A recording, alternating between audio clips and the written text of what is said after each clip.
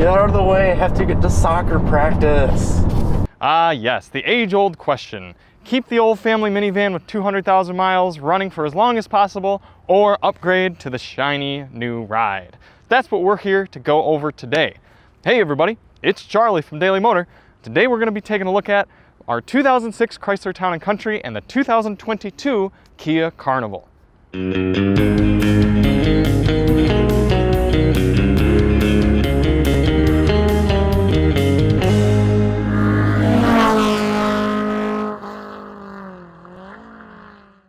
So we've had this Town & Country for almost 4 years now. It has 253,000 miles on it, and I paid just $750 when I bought this back in 2018. Now yes, it's needed some upkeep, but ever since then it's been tried and true. Repairs have been easy, parts have been cheap, and I've bonded with this car thoroughly. And then over here, the complete opposite end of the spectrum at just under $50,000, Kia's brand new Carnival. New name from the Sedona minivan that they had before. This thing is cool inside, outside. It's got so many neat features and it drives great with its 290 horse V6 motor. Today we're going to take a look at the features of both and talk about, should you go old school or should you step it up?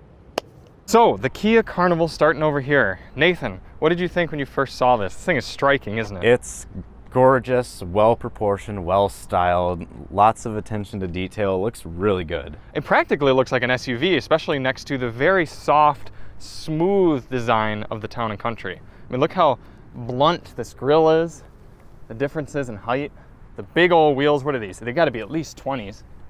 They're only 19s. Wow, compared to, what are these, 16s on the Town & Country? Rocking winter tires that are pretty much wore down to nothing.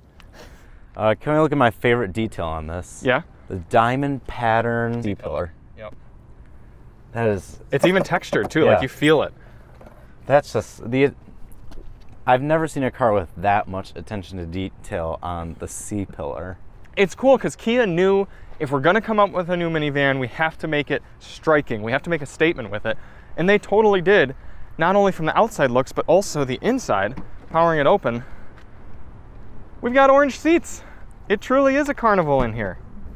So if you do want to see a full review on the Kia Carnival, we're going to have that. Link will be in the description. We've also got a sound system review of the 12-speaker Bose audio system, as this is the top-level SX Premium. And we'll have a highway fuel economy test for this as well. But today we're going to have a little more fun and just kind of compare these two cars, because while they are similar in a lot of ways, they're also very different. You know, a cool, interesting detail on this van, all the bugs on the front. You can tell we use it, that's for Yeah. sure. That's Northern Michigan at its finest. You want to pop the hood on the old TNC? Sure. Both V6s, but very different power numbers. Do you have any recollection on how much power the Town & Country makes? 220 maybe? I do think it is right around 220, you're right. A decent amount of torque in there too. And decent amount of rust too. That's just weight reduction. Look at this tried and true Hardy 3.8 liter V6, bigger than the 3.5 liter in the Kia, but not making quite as much power. Might leak a little bit more oil as well. You know, this rust along the exhaust manifold, when I have to just take a stick in there to hit the alternator wiring harness to get it to run. Oh, use a stick, that's smart. Yeah, that's whenever I I just use reach it. in. Well, I don't want to burn my I've hand. definitely burned my hand before. I don't want to burn my hand on the rusted. Oh my God, look what I just noticed. What does that go to? Whatever it is, it looks like something that turns is all rusted. That doesn't surprise me too much. Anyway, when you hit that rust, a bit comes off each time from the exhaust manifold. The car just gets more efficient then, you know? This thing gets I can get like 25 on it in the highway. Right, it's almost the same fuel economy as this thing gets with its very hardy 290 horse V6, 3.5 liter. This is a similar engine that you get in the Kia Telluride. Very much cleaner in here, even with its plastic engine cover. Ah, very smooth. Give it a little rev.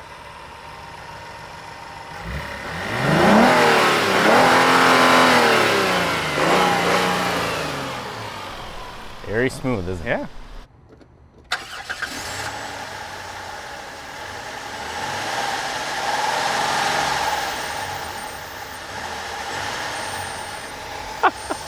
They sound pretty much the same. little bit of an alternator whine on this one. Let's start at the back of the vehicle and go forward. With the Carnival key, you can power open the tailgate, as you can also in the Town & Country, so still tied. Tied, but here's where the Town & Country gets away with it. Stow and go seats and a completely flat load floor. Now this may look flat, but it's actually sloped quite a bit. Sloped quite a bit. You've got some brackets things for the seats to clamp into. You can kind of stow this third row, and they're fairly easy to get up. You just, oh, just kidding. That's not very easy because that seat is too far back, so I actually can't latch that. So what do you have to do now? I'd have to go all the way around, move this forward, not powered. Then I can come back here, do that.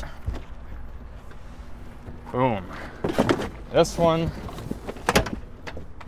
you do have a wall style outlet, so that's a bonus point for the Kia. 12 volt. I think they both have 12 volts. We'll have to check when we get over there. That does have a 12 volt because I have attempted to sleep in it before. Power close. Power open sliding doors from the key, something they both have. Now this is a bit of a curiosity. So Nathan, today's your first day seeing the Carnival. Go ahead and get into the third row for me.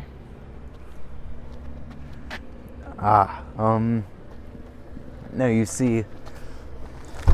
Oh, hang on. You just. Aha. No.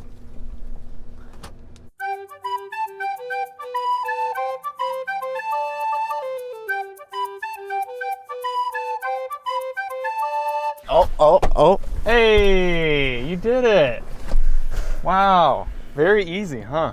Very easy. Yep. If you were maybe a mother trying to load her kid back here, very simple to do, huh? Yep. No, all jokes aside, in the SX Premium in the top level, there's no way to recline this to get into the third row. Seriously. The closest thing you can do is reach all the way over and do the power thing to do that.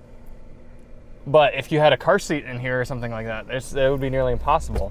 You do get cup holders, a USB port. Oh, USB, that's good. You got a vent, you got a light. You got, I think, the center thing. No, never mind. Yeah, that's about it. Simple. Now, let's go take a look over at the Town & Country for rear and third row. Same deal with the Town & Country. We do have power open third row, or power open lift gate. Don't mind the rust, that's a feature. Something the Kia does not have. For the third row first, if you want to pull these up, it's simply, there we go. No second row seats, get in your way. And there you go, you have more grocery bag hooks, so that's a plus. And there you go, very simple. Pulls this back down. It does power close. You can power close it, yes. That does power also. And now we have a little sneak peek into one of the Town & Country's pinnacle points is the fact we have stow and go seating. So you can see all this legroom. Very easy to get into the third row. Look how much faster I did that than you were able to get into the Carnival's third row. And I have plenty of legroom. Very comfortable back here. I do have cup holders. No USB ports though, so the Carnival does have me on that. But I got air vents, handles, lights. Cup holders, you got a 12 volt, which you could put to a USB. You're right, you could put a little USB adapter for only like $6, much cheaper than the Carnival. Yep. And then when it comes time to make the second row, you move your SLR McLaren out of the way and your breakdown safety kit. Just in case. This is a bit of an inconvenience, I will admit. Inconvenient, but the fact that the Carnival doesn't even have that. You are right. Move this seat forward. Pull up. Very easy to do. This folds back flat.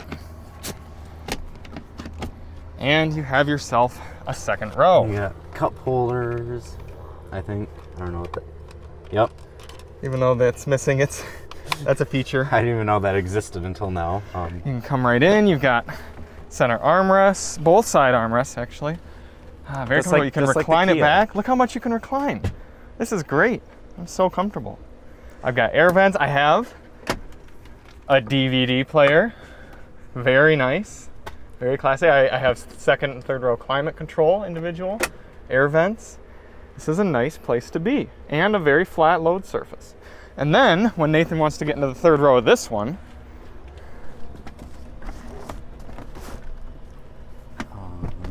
I know.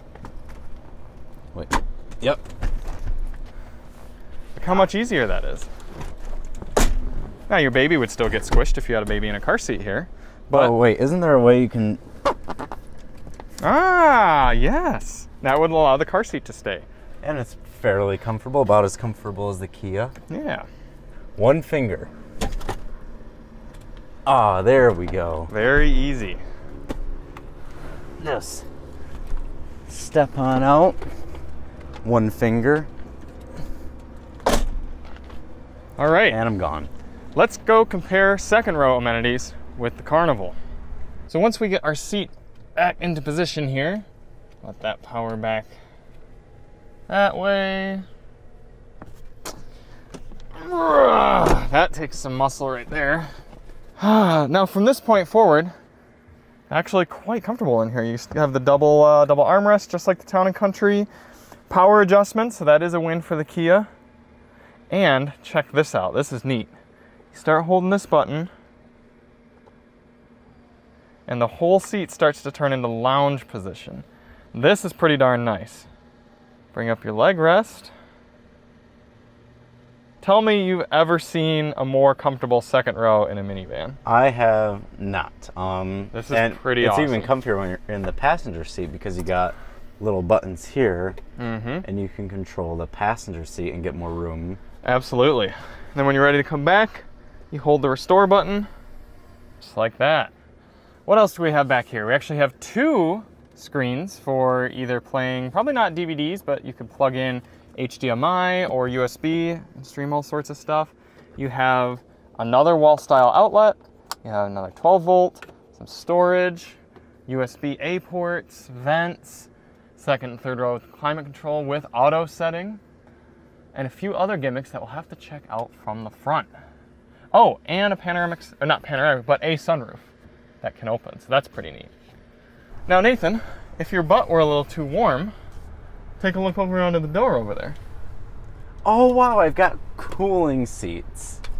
Pretty awesome, huh? How brilliant is that? How often do you get cooling seats in the second row in a car that only costs $46,000? $46,000? Isn't that great? Sorry, $48,000. Another neat feature we have, if we are adults up here in the front, we can go home and then passenger talk. Hey Nathan, is your butt getting cooled down? My butt is getting cooled down. Good, I'm glad to hear that. And then, if you want visual confirmation that his butt is actually getting cooled down, we can go to passenger view. And then I get to see his butt actually being cooled down. How convenient. Great. Nice butt. Thank you. It is very cool. Let's lock the Town & Country up and get on the road in the Kia. First thing I noticed right off the bat, this throttle is touchy in a very weird way. It's very apparent from a dead stop. It's a little unsettling at first, takes a bit to get used to. Especially when you're used to the Town & Country's throttle that requires a nice, sweet talking to anytime you're going to move forward. Yep. It's very smooth. We do have this sunroof here, and then obviously the rear sunroof. Although if the rear is closed, it's going to stay closed until someone gets back there. Look at this awesome gauge cluster as well. And the gauge cluster even you guys can't see that at all. The gauge cluster even changes design when you change drive modes, and you'll see in a second when Nathan turns his blinker on, it gives you a blind spot monitor. Yes, I have accidentally squealed the tires on this twice. What? Is this front wheel or rear Front. wheel? Oh, only front wheel. Yep. Doesn't that motor sound good? It's good and it's strong and very, very smooth. This transmission is butter smooth too. Where's 8-speed. Well, you got a few different drive modes here. So you can press that and then it brings up, you got normal, eco, sport, and smart. Sport mode, you get these awesome looking gauges. Holy cow. And then you also have manual shifting if you want. But no paddle shifters, thank goodness. I don't think a car like this should have paddle shifters. I love this design element right here. This thing. It's like a hard metal, and it's just, well, again, it gets back to the whole attention to detail thing, and it emulates what's on the C-pillar. Yeah.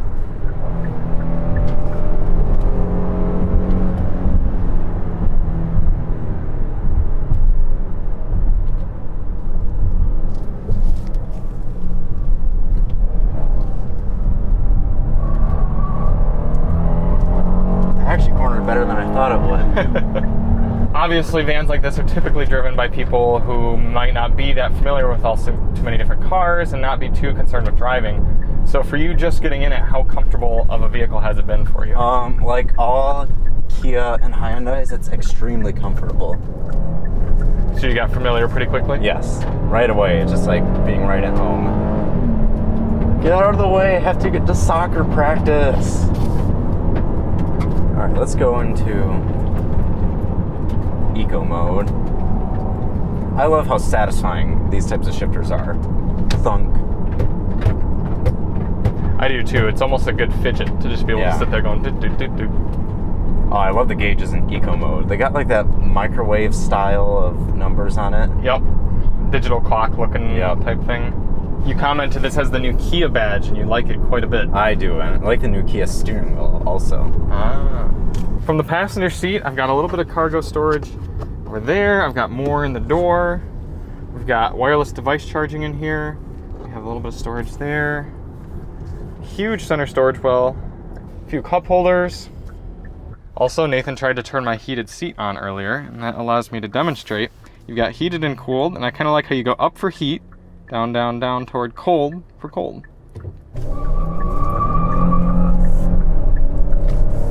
Love me some front wheel drive.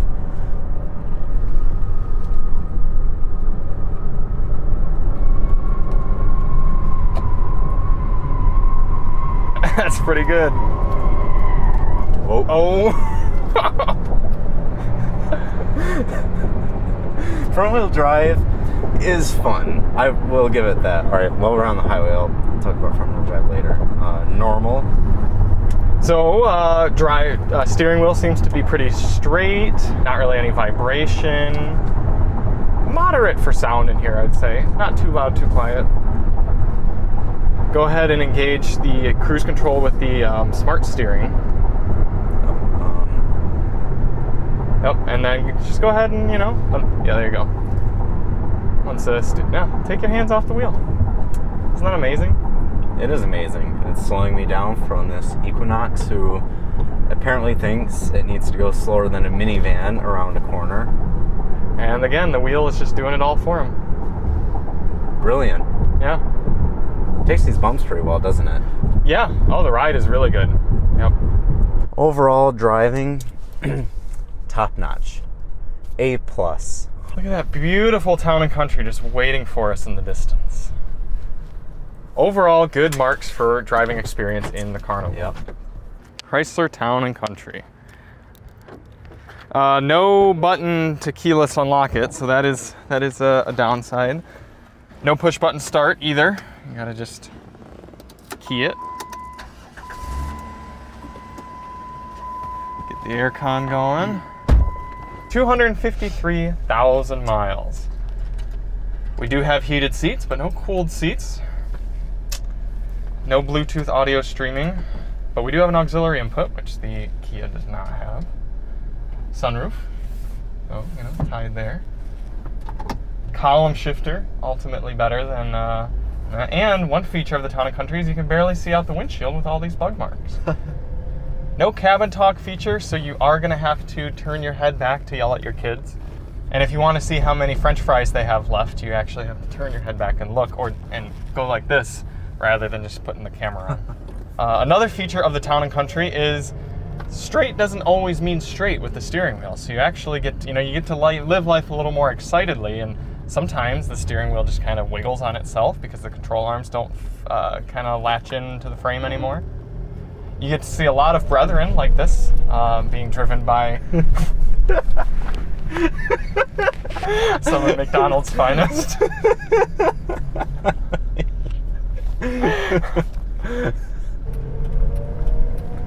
As you can hear, or might not be able to hear, there is a little creak up from that end. Everything else sounds totally normal though. Yep. Have you ever floored this in your life? No. I have not either. Maybe we'll have to try it today. Getting on the highway, it's kind of funny because it's like, I have to be like, okay, people, give me a chance. I will get there eventually, and I will do 80, but it just takes me a minute.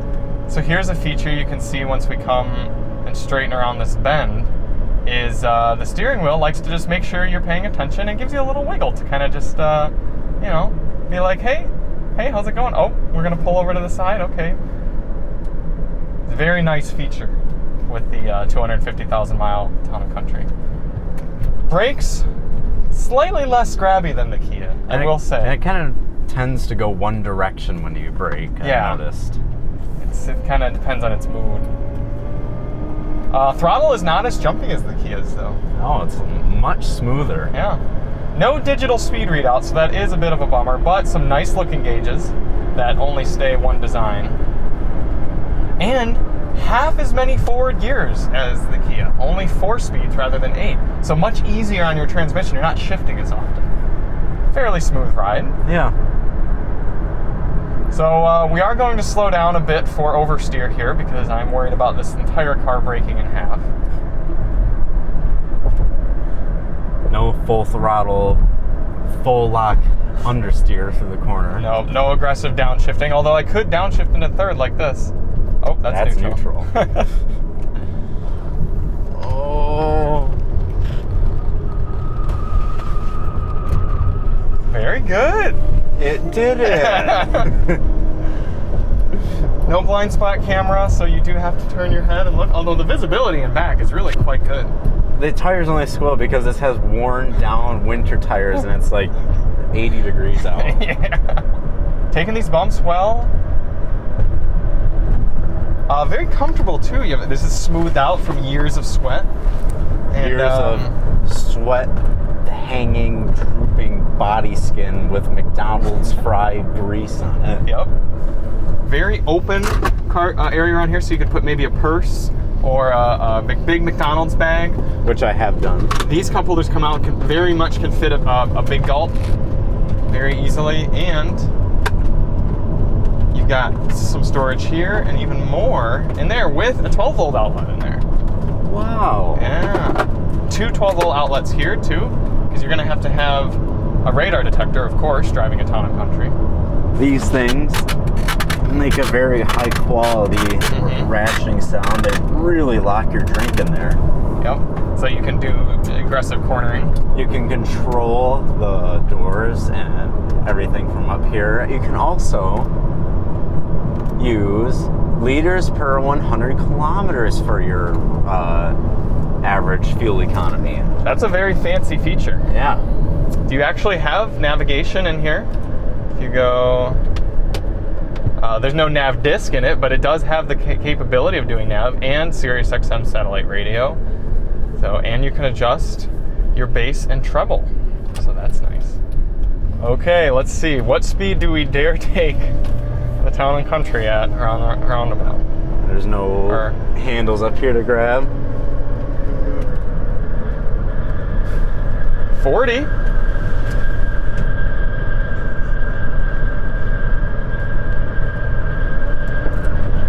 Ooh, felt some suspension clunk through there. Getting up to speed, no problem for this torquey 3.8 liter V6. You can really hear the AC line. That just goes to show it's working. Yep. No adaptive cruise in the Town and Country, but we do have cruise control sometimes. Sometimes you really gotta press the set button to get it to work. Really? But there we go. It settles in. Let's test the active lane keeping feature on the Town and Country. Hey Nathan, can you hold the steering wheel while I get something from the back? Yep. Okay, and as you can see, the active lane keep is keeping the car. I don't even have my hands on the wheel, and it's keeping. Oh, it did disengage there for a second. You have some nice wood grain here. I will point out this is the Walter P. Chrysler Signature Series of the Town and Country, so you do have some fancier things. Hey, how did you fix that? Oh, I use Phil Swift's goo and just put it in the seam right there and sealed it up nicely. Wow, thank you for doing that. I appreciate that. You do have only 6 speakers for your sound system here in the Town and Country versus the 12 you get in the SX Premium Carnival, but that's just weight reduction. In case you're ever worried about your brakes not working, you can hear them working very clearly and feel them pulsating through the pedal, Town and Country. That's not something you get with the Carnival. You can turn your traction control off. Wow. Yep, full defeat. No sort of, it'll kill everything, so you can spin this thing to your heart's desire. This also has a pretty decent no theft feature, where if you leave the door open by accident, after a little length of time the battery will die, so it won't start again. That's very thoughtful on Chrysler's part. So definitely a lot to like about both vehicles. I think for my money, I would be picking the Town and Country. Just really appreciate, the kind of the driver's feel of having a lighter weight machine, more simple, more straightforward and honest. The Kia Carnival does have some pretty neat features about it, but not having that stow and go, not having the rust on the outside, just not as much character. I'd have to agree with you. The other nice thing about the Town and Country is no one would even want to steal it, so you can just leave it with the keys in. Exactly. I know when some people drive this car, they just leave it running at rest stops and just leave the key in it going with all their stuff, and it just never gets stolen. So that's pretty nice. So ultimately it's going to come down to user preference.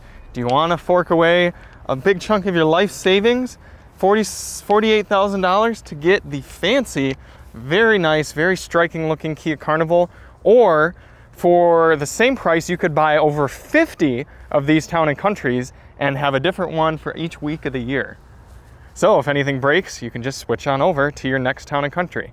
Definitely something to consider if you're in the market for a minivan. So thank you all so much for watching. Hope you guys enjoyed this one. If you want to see more on the Carnival, we've got an honest review, DM test drive, as well as reviews of the sound system and highway fuel economy test. And we've got a little bit of coverage on our Town and Country as well, although I don't think we've ever done an individual video on the TNC. I think we'll have to do that at some point. We're Nathan and Charlie from Daily Motor, and as always, drive on.